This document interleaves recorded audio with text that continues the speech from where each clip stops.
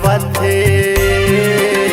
पानी ऋतुया नहीं सेवा करोया नहीं, पानी ऋतुया नहीं सेवा करोया नहीं, सत्य बिरवाह सुखावथे, सत्य बिरवाह सुखावथे, सत्य बिरवाह सुखावथे, सत्य बिरवाह सुखावथे।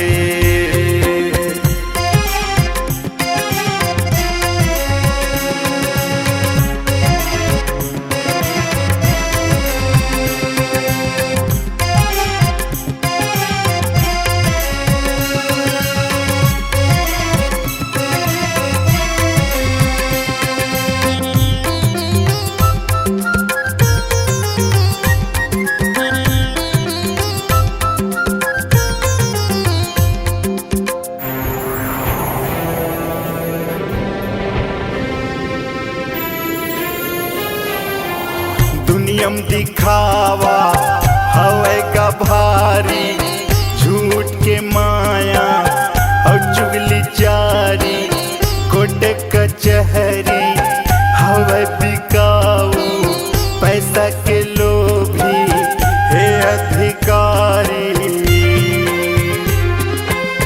डॉक्टर निर्दयी हो गए, मास्टर पियैया, नेता मन भ्रष्ट हो गए, जनता सहैया, शिक्षा समाज हसीरावथे।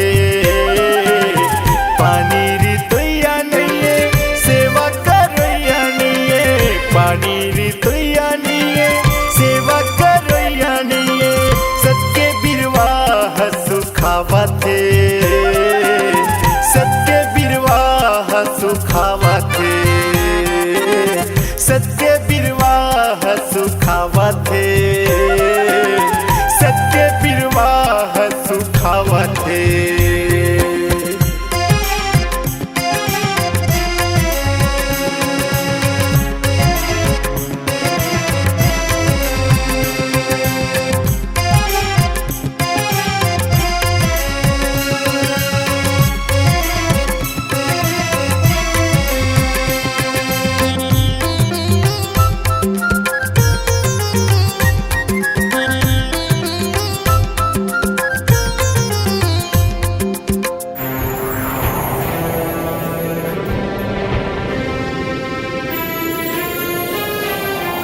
मन के मनमानी करे नादानी, नहीं जाने कोनो करे सियानी, जेने है गधा ओही है ज्ञानी, जेने है आढ़ा ओही सुजानी।